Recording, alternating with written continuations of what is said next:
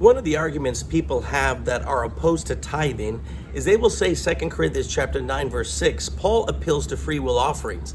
And they say, you see, free will offerings is the way we're supposed to give, not tithe.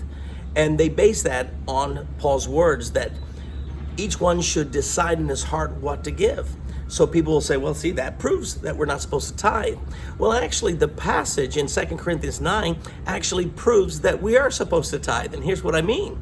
Paul is actually receiving an offering for the poor. This is an offering not for the church, but for those who are suffering financially.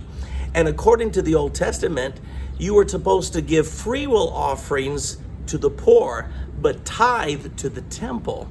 So Paul is actually using the same principle of free will offerings and giving to the poor.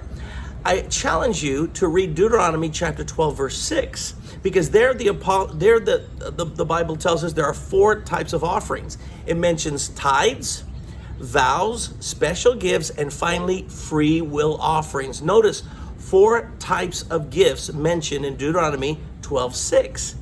So it's interesting, the free will offerings, you have Christians who say, yes, that's what we're under. But the same Bible also includes tithing.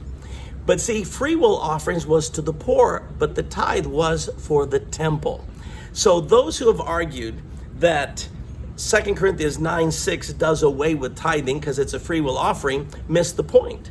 Paul is actually receiving a free will offering for the poor, which means the same principle would apply to the temple. We're supposed to give our 10%, to the temple, which is the church of the living God.